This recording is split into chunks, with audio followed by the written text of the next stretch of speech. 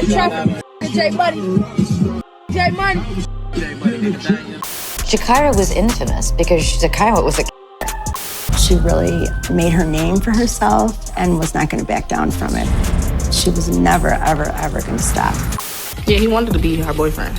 She just felt like he was trying to set her up. And that's what she told me. She like, I think he just trying to me. It's still under investigation what exactly happened Friday afternoon in the 6400 block of South Eberhard. But neighbors say Barnes and a friend were walking along the sidewalk when a gunman started. When the bullet hit, it was so powerful, she fell on the... Residents who do not want to be identified say Barnes fought to live, but had been shot at least 9 times. In the jaw, in the neck, and in the chest, and in the leg. Put a pre-op in the morgue, huh? Call that bitch drop dead gorgeous, damn. Hey, yo, squad, what's the drill? Back with another video, man. When 2 shooters have it out for each other, who wins? In this case, the shooters are King Von and K.I.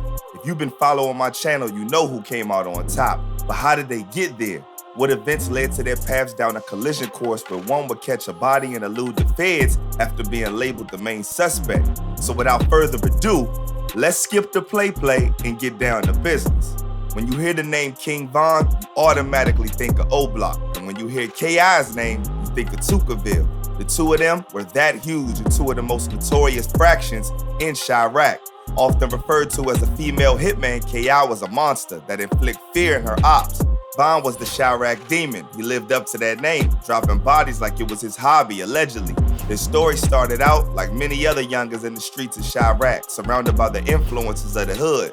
Von was out on the streets, banging with other savages like Chief Keef and the Grim Reaper himself, Lil Reese. K.I. was no different. Hell, being a girl recognized and respected in the streets, you know she was something serious. Imagine both of them being on the same side.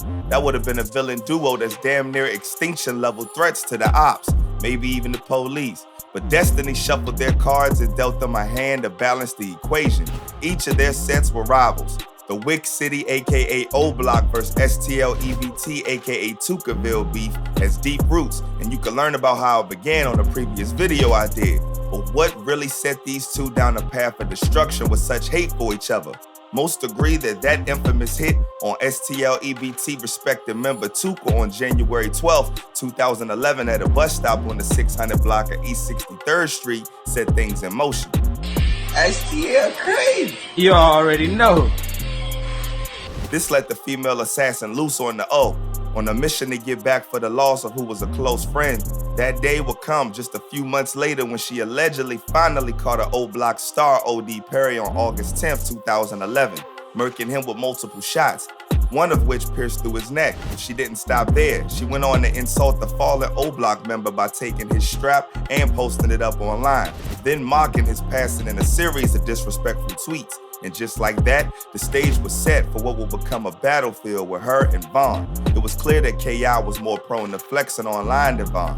Not that he didn't, but she was known for admiring her handiwork on Twitter, taunting her ops. Her and Von would develop a strange love-hate relationship, at one moment seeming to have feelings for each other.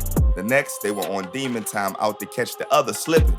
But while many were fooled, K.I. wasn't. Von probably might have really smashed, but then put a bullet through her head. In a documentary that aired on A&E after her passing, K.I.'s friend revealed that K.I. was on Von's plot to trick her and to soften her up, only to end her life. He liked her as a girlfriend? Yeah, he wanted to be her boyfriend.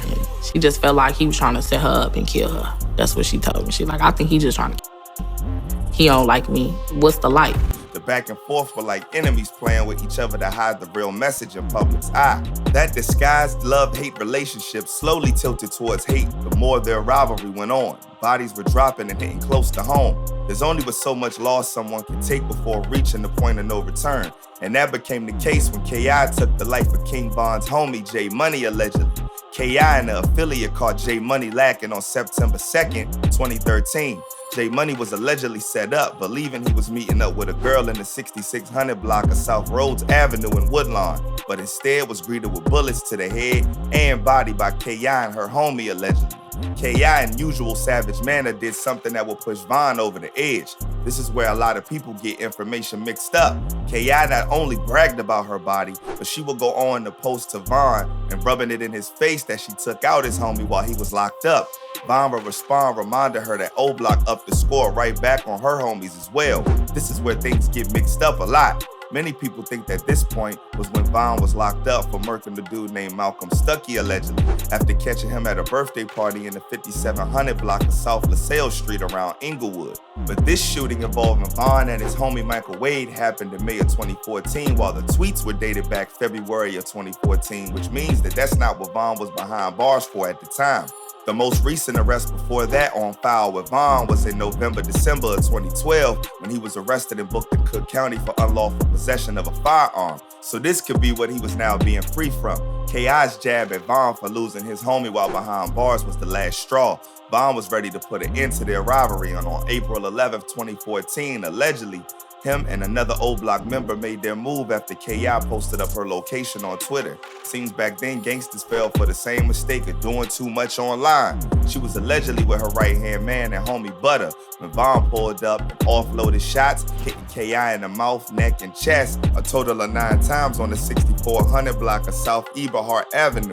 Eyewitnesses state that K.I. ran and collapsed on the porch fighting for her life. But neighbors say Barnes and a friend were walking along the sidewalk when a gunman started. When the bullet hit, it was so powerful, she fell on the step. Residents who do not want to be identified say Barnes fought to live, but had been shot at least 9 times. In the jaw, in the neck, and in the chest, and in the leg. K.I. would succumb to her injuries at Northwestern Memorial Hospital.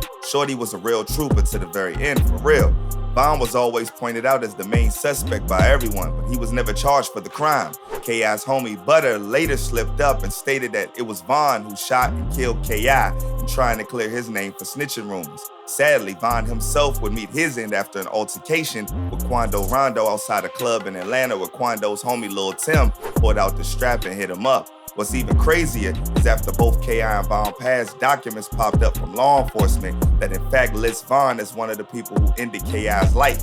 Apparently, somebody did a FOIA request, which is the Freedom of Information Act. This states that the public has access to information on the activities of the government and can request a copy of any document from a public authority, such as a government ministry, department, or statutory body. The documents extended to 300 pages, but the important parts that show Von as the shooter is what we all pay attention to. The reports state that K.I. was with 2 other people at 6451 South Eberhart Street when a male in a gray hoodie and blue jeans approached and opened fire with a handgun, hitting each of them before hopping in the vehicle and dipping. It then went on to state that an investigation was conducted afterwards that pinned Davon Bennett, aka King Von, as the shooter, and in turn the killer of K.I. Further, it states that the Cook County State's Attorney's Office reviewed the investigation and agreed that Von was positively ID'd as the shooter. So why then was he free and not locked up? Pretty simple answer according to the report. The state attorney's office didn't believe that they had enough evidence that would stick and be able to close the case. So the case was dropped and Von was never arrested for the hit of K.I., even if they knew he was the one that pulled the trigger. The report also confirmed what I was stating earlier about Von not being arrested for Malcolm Stuckey's hit in February of 2014 because he was charged later for the hit on Malcolm, who died on May 29th, which was even after K.I. was hit up. But check this. There's another angle to this as well. I got to thinking because the report does state that witnesses related to the victim were present and gave details, but in the breakdown of what played out, the report then stated that only 3 people were at the particular location, which was K.I. and 2 others. We know one is Butter because he confirmed he was shot too. So is it that one of them snitched to the feds about Von being the shooter? Because they seem that their witnesses knew it was Von. If so, the dudes might have flipped to save their own lives from something they may have been under pressure for with the law. Either way, it's all a thought in the mind, you know? It's just in the wind now because it can't change anything. It was really a strange turn of events for this report to come out now. K.I.'s been gone since 2014. We just lost Von in 2020. Goes to show you never know if you're truly free or the cops are just waiting on enough evidence to swoop in and take away your freedom. The streets is no joke, either deceased or in jail. A lucky few make it out, but the reality is grim. Both K.I. and Von could have been something great with their potential and die-hard ambition. Von was actually on the path to something great with smash hits, and he was looking to be the next star out of the Chi. Sadly, now both are gone. Hope that cycle breaks and doesn't pass on to the new generation of their bloodlines. R.I.P. Von and K.I., man. Until next time, stay smart, stay alert, and stay real. I'm out, y'all.